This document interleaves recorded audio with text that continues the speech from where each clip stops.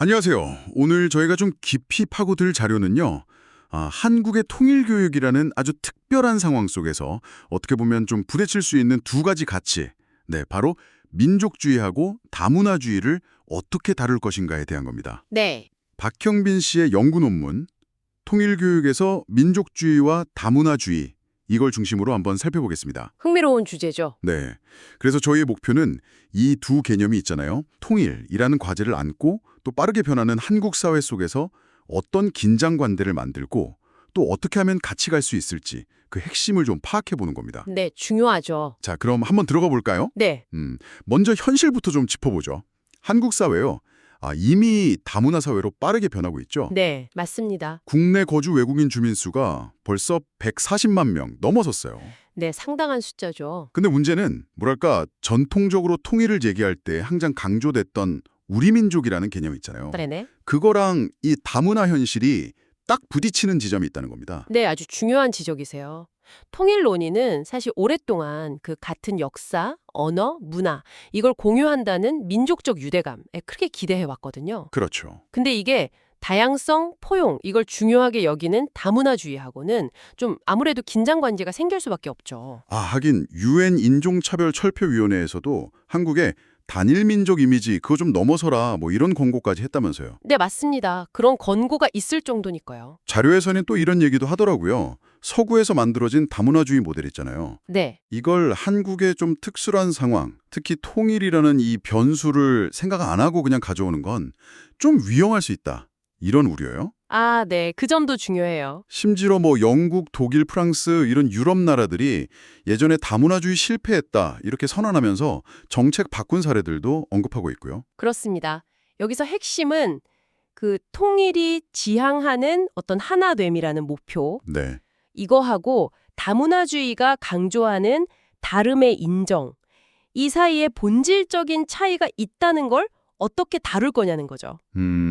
그래서 이 논문은 통일이라는 이 큰 과제를 안고 있는 한국만의 상황, 이걸 반영한 어떤 한국형 다문화주의 모델을 만들어야 한다. 이렇게 주장하는 겁니다. 단순히 서구 모델 따라하지 말자는 거군요. 그렇죠.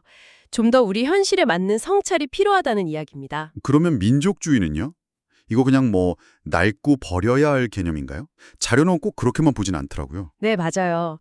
민족주의가 뭐 단순히 배타적인 면만 있는 게 아니라 한국 역사 속에서는 외세 침략에 맞섰던 어떤 저항의 힘, 동력이었죠. 네, 그리고 통일을 향한 열망을 막 짚었던 그런 동력이었다는 점도 강조하고요. 이 논문은 그래서 민족주의를 좀 더 입체적으로 보려고 합니다. 뭐 혈연 같은 타고난 유대를 강조하는 근원주의. 우리는 원래 하나다 이런 거죠. 네, 아니면 공동의 이익을 위해 선택하는 거다라고 보는 상황주의. 필요에 따라 뭉친다는 거죠.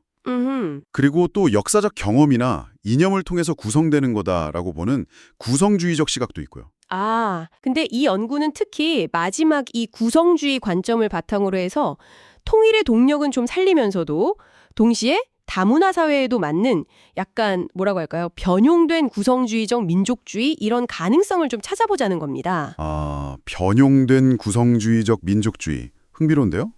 여기서 정말 주목할 만한 제안이 나오더라고요. 네. 통일교육 대상을 그냥 하나로 뭉뚱그리지 말고 그룹별로 좀 다른 접근이 필요하다는 거예요. 네, 그 부분이 핵심이죠. 특히 북한 이탈 주민하고 다른 이주민 그룹은 좀 같은 선상에서 교육하면 안 된다. 이런 지적인데 왜 그럴까요? 아, 핵심적인 차이는 그거죠. 북한 이탈 주민은 다른 이주민 그룹하고는 좀 다르게 네. 남한 주민이나 뭐 해외 한민족 디아스포라처럼 같은 민족적 역사적 정체성을 공유하고 있다는 점입니다. 아하. 공유하는 기반이 다르다. 그렇죠. 그래서 이런 좀 차별화된 교육 방식을 제안하는 건데요.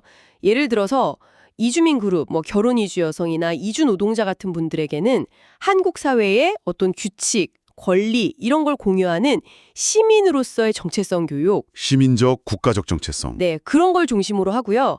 반면에 남북한 주민이나 한민족 디아스포라에게는 우리가 공유하는 역사, 문화, 상징 이런 걸 바탕으로 한 민족으로서의 정체성 교육. 종속 기반 민족 정체성. 네, 이걸 좀 더 강화하자는 거죠. 예. 이게 바로 이 연구가 제안하는 어떤 한국형 다문화주의 또는 뭐 발전된 시민권족 다문화주의의 구체적인 모습이라고 할 수 있겠습니다. 자, 이게 왜 당신에게 중요하냐면요. 이 논의가 그냥 뭐 책상 위에서만 하는 그런 얘기가 아니라는 겁니다. 맞습니다. 앞으로 한국 사회가 어떤 모습이어야 할지, 또 우리 정체성은 뭔지, 어떻게 사회 통합을 이룰 건지 이런 근본적인 질문하고 딱 연결되어 있거든요. 네, 특히 통일이라는 변수가 만약 현실이 된다면 더 중요해지겠죠? 그렇죠. 정확합니다. 이 논의는 단순히 뭐 교육 정책의 문제 이걸 넘어서서요.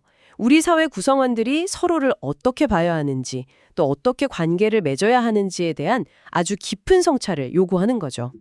한국이 처한 좀 독특한 지정학적 상황 속에서 개인의 정체성 그리고 공동체의 미래 이걸 함께 고민하는데 중요한 실마리를 제공한다고 볼 수 있습니다. 네, 오늘 살펴본 것처럼요. 통일이라는 과제 그리고 다문화 사회라는 현실 이 사이에서 한국은 정말 섬세한 균형점을 찾아야 하는 것 같습니다. 네, 핵심적인 제안은 교육 대상을 좀 구분해서 통일을 위한 민족적 유대감하고 다문화 사회를 위한 시민적 연대감 이걸 조화시키는 좀 차별화된 접근이 필요하다는 거였죠. 네, 정리가 잘 된 것 같습니다. 마지막으로 이런 질문을 한번 던져보고 싶어요. 네. 이 연구에서 제안한 것처럼 특정 그룹에게는 민족 정체성을 강조하고 또 다른 그룹에게는 시민 정체성을 중심으로 교육을 한다면 이게 혹시 의도치 않게 그룹 사이의 어떤 위계의식 같은 걸 만들거나 보이지 않는 벽을 더 높이는 그런 결과를 낳진 않을까. 그럴 수도 있겠네요. 네, 그러니까 다름을 인정하고 존중하는 방식이 자칫 또 다른 형태의 어떤 구분짓기나 배제로 이어질 가능성은 없을지 여기에 대해서도 우리가 좀 깊이 고민해 볼 필요가 있지 않을까 그런 생각이 듭니다.